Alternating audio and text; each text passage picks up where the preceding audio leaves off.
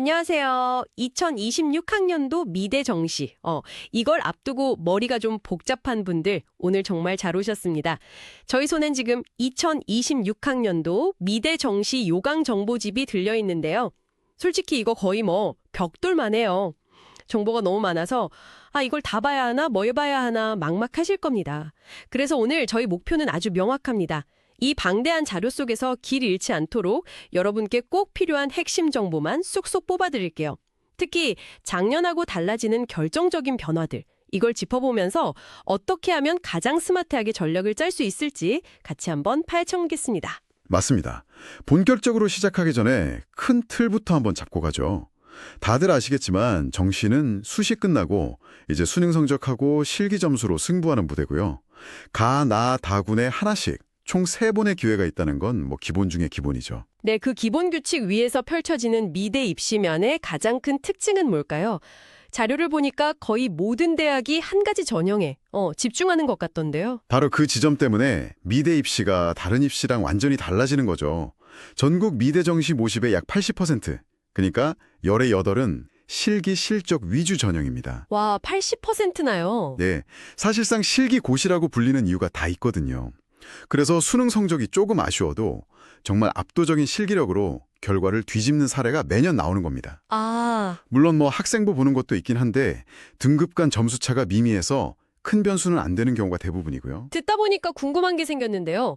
자료에 나온 또 다른 특징이 지역 쏠림 현상이더라고요. 전체 모집 인원의 87% 이상이 수도권이랑 충청권에 몰려있다. 이게 지방 학생들한테는 인서울 말고는 대안 찾기가 정말 어려운 구조라는 뜻 아닐까요? 아주 현실적인 질문이에요. 그 수치는 기회가 수도권과 충청권에 집중되어 있다는 뜻이면서 동시에 그만큼 경쟁이 상상 이상으로 치열하다는 걸 의미합니다. 그렇죠. 그래서 지원 전략 짤 때 이 지역 분포를 반드시 염두에 두어야 하고요. 여기에 최근 정부 정책 때문에 생긴 새로운 변수가 하나 더 있어요. 변수요? 바로 무전공 모집 확대죠. 이건 대부분 수능으로 위주로 뽑기 때문에 실기 준비가 좀 부담스러웠던 학생들한테는 완전히 새로운 길이 열린 셈입니다. 결국 수도권 쏠림하고 무전공 확대, 이 두 가지 큰 흐름이 있다는 거군요. 자, 이런 큰 판 위에서 이제 선수들이 따라야 할 세부 규칙이 바뀌고 있다는데 여기서부터가 진짜 중요한 정보겠네요. 네, 지금까지는 미대 입시에 비교적 변하지 않는 큰 틀에 대해 이야기했다면 이제는 2026학년도 입시판을 통째로 뒤흔들 수 있는 가장 역동적인 변수, 모집군 이동을 들여다볼 차례입니다. 네, 많은 수험생들이 이걸 정말 간과해요. 작년 입시 결과를 보고 이 대학은 가군, 저 대학은 나군이니까 이렇게 3개 써야지 하고 계획을 세우죠. 그런데 만약 그 대학 중 하나가 올해 슬쩍 군을 옮겨버렸다면요? 공들여 세운 모든 계획이 한순간에 그냥 무용지물이 되는 겁니다. 잠깐만요. 그게 그렇게까지 파급력이 큰가요? 그냥 지원할 수 있는 대학 조합이 조금 바뀌는 정도가 아니라요? 이 자료 16페이지에 구체적인 사례가 있는데 동덕여자대학교 회화전공이 기존 다군에서 나군으로 이동했어요. 이게 그냥 단순한 변경이 아니라는 말씀이시죠? 전혀 아니죠.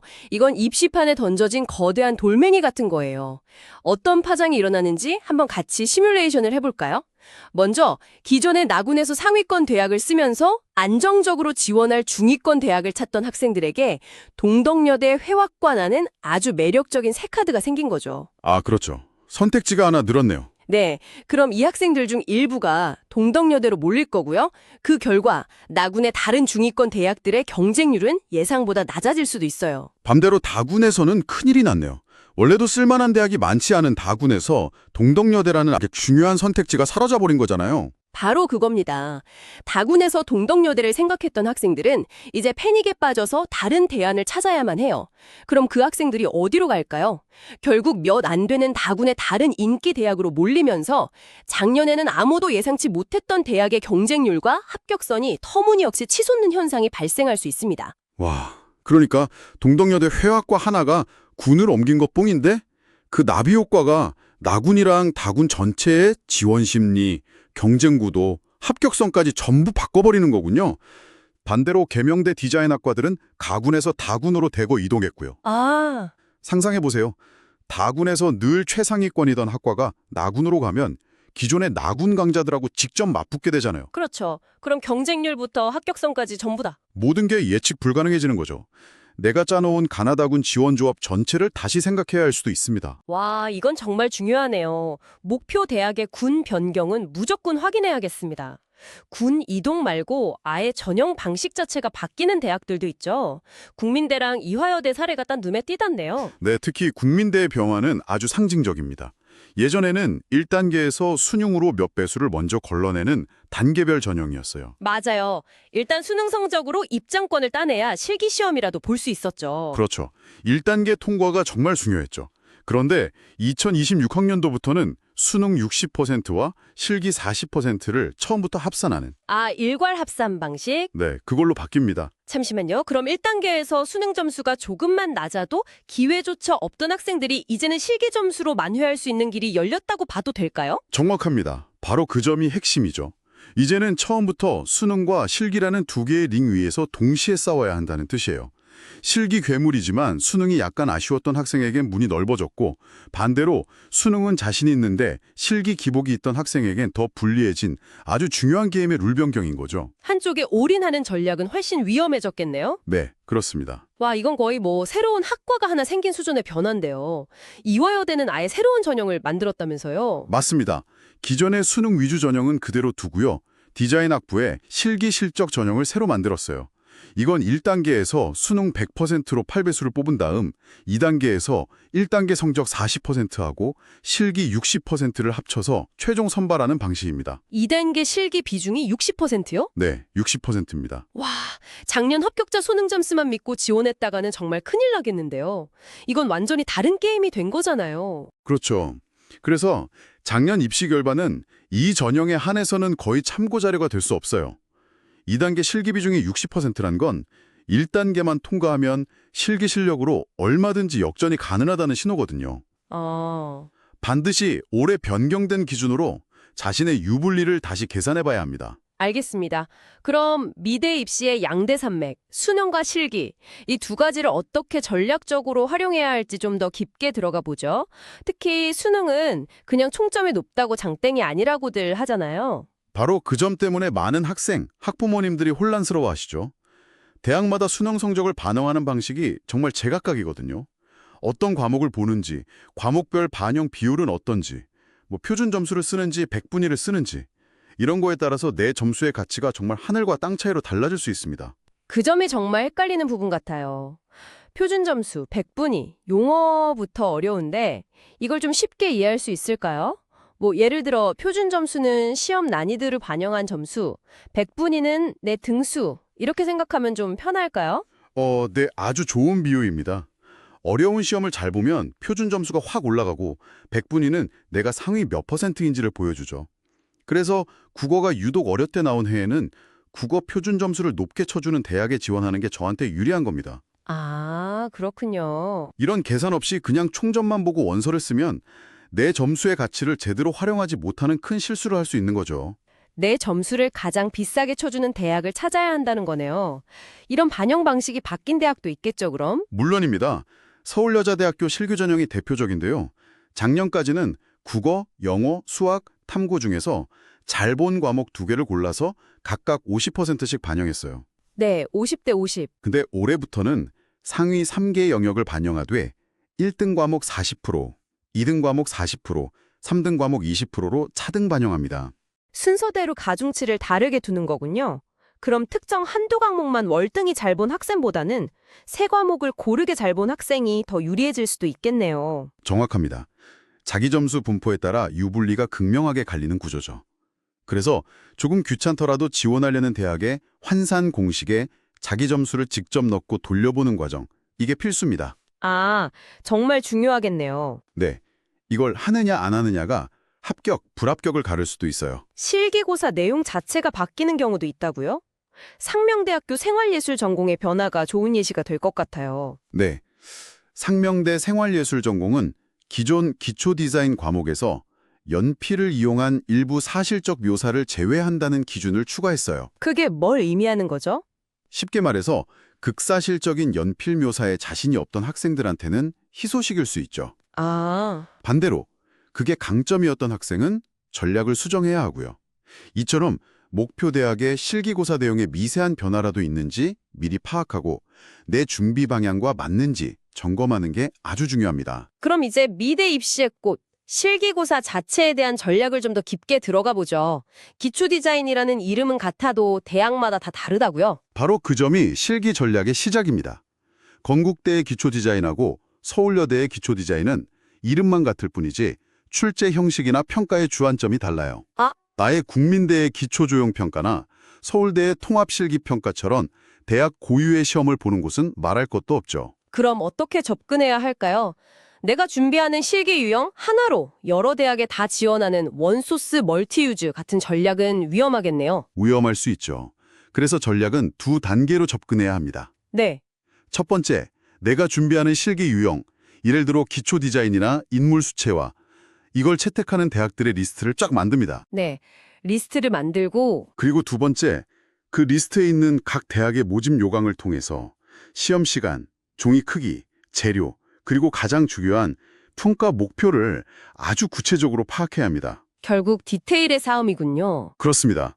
같은 인물 수채화라도 대학에 따라서 전신인지 반신인지, 제공된 사진을 보고 그리는지, 실제 모델을 보고 그리는지에 따라 결과는 완전히 달라집니다. 아, 정말 그렇겠네요. 네, 이 작은 차이를 미리 알고 대비한 학생과 그렇지 않은 학생의 차이가 결국 합격과 불합격을 가르는 겁니다. 이야기를 종합해보면 결국 내 수능 점수가 어느 대학 환산 방식에 가장 유리한가, 그리고 내 실기 스타일이 어느 대학 평가 기준과 잘 맞는가, 이 두 질문에 대한 답을 찾는 과정이 입시 전략의 핵심이겠네요. 맞습니다.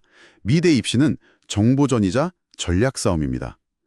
수능, 실기, 때우는 학생부까지 각 대학이 짜는 복잡한 게임의 룰을 깊이 이해하고 거기에 나라는 지원자의 강점과 약점을 대입해서 최적의 가나다군 포트폴리오를 구성하는 것, 그게 합격의 열쇠입니다. 여기서 정말 중요한 주의사항 다시 한번 강조해야 할 것 같아요. 저희가 지금 보고 있는 이 자료는 2025년 9월 발표 기준입니다. 실제 원서 접수 전까지 내용이 바뀔 수 있다는 점 절대 잊으면 안 되겠죠? 아, 정말 중요한 지적입니다. 반드시 지원하려는 대학교 입학처 홈페이지에 들어가서 최종 확정된 모집 요강을 2번, 3번 확인해야 합니다. 저희가 참고한 자료를 만든 그린알다 웹사이트에서도 변경 내용을 계속 업데이트한다고 하니까요. 주기적으로 확인하시는 게 좋습니다.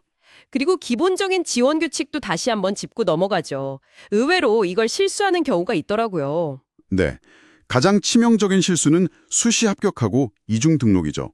수시 모집에 합격하면 등록을 하든 안 하든 정시 지원 자격 자체가 사라집니다. 아, 맞아요. 또 정시에서 여러 대학에 합격했더라도 최종 등록은 반드시 한 곳에만 해야 하고요. 이 이중 등록 금지 원칙을 어기면 모든 합격이 취소될 수 있으니 정말 조심해야 합니다. 네. 그리고 단계별 전형 1단계에서 떨어졌을 때처럼 특정 사유가 생기면 전형료 일부를 환불받을 수 있는 규정도 있으니 이런 세부 내용도 알아두시면 혼란을 줄일 수 있습니다. 자, 오늘 저희가 함께 파헤쳐본 2026학년도 미래 정시, 마지막으로 핵심만 다시 정리해볼까요? 첫째, 수능과 실기가 합격의 양대축이라는 점은 변함이 없습니다. 특히 실기 위주 전형이 압도적으로 많기 때문에 실기의 중요성은 아무리 강조해도 지나치지 않고요. 하지만 동시에 내 점수의 가치를 극대화하기 위해서 대학별로 천차만별인 수능 성적 반영 방식을 분석하는 섬세한 접근, 이게 그 어느 때보다 중요해졌습니다. 내 점수와 대학의 평가 방식 사이에 궁합을 찾아내는 과정이 핵심인 거죠. 특히 2026학년도에는 기억해야 할 변화가 많았습니다. 모집군이 이동하는 대학들, 국민대나 이화여대처럼 전형 방식 자체가 바뀌는 경우, 서울여대처럼 수능 반영 공식이 달라지는 경우, 그리고 상명대처럼 실기 내용의 변화가 있는 경우까지 이런 핵심 변수들을 놓치지 말고 최종 모집 요강에서 반드시 확인해서 내 전략에 녹여내야 합니다. 결국 단순히 점수를 나열하는 게 아니라 대학이 여러분을 어떻게 평가하고 싶어 하는지를 읽어내는 게 중요합니다. 그들의 수능 환산 공식, 실기고사 평가 기준에 담긴 의도를 파악하고 그 기준에 가장 부합하는 사람이 바로 나라는 것을 증명할 수 있는 대학을 찾아내는 것. 그것이 현명한 입시 전략의 전부라고 할 수 있습니다. 마지막으로 이런 질문을 던지면서 마무리할까 합니다. 요즘 AI가 그림도 그리고 디자인도 하면서 창작의 영역을 막 뒤흔들고 있잖아요. 그렇다면 아주 가까운 미래의 미술대학의 실기평가는 과연 어떻게 변하게 될까요? 대학이 학생에게서 발견하고자 하는 창의성의 본질적인 기준은 앞으로 어떻게 진화하게 될까요? 단순히 기술적인 숙련도를 넘어서 AI는 흉내낼 수 없는 인간 고유의 무엇을 평가하게 될까요? 입시를 준비하면서 또 미래의 예술가이자 디자이너로서 깊이 고민해 볼 만한 질문인 것 같습니다. 오늘 저희와 함께 2026학년도 미대 정시를 깊이 탐색해 주셔서 감사합니다. 여러분의 성공적인 입시를 진심으로 응원하겠습니다.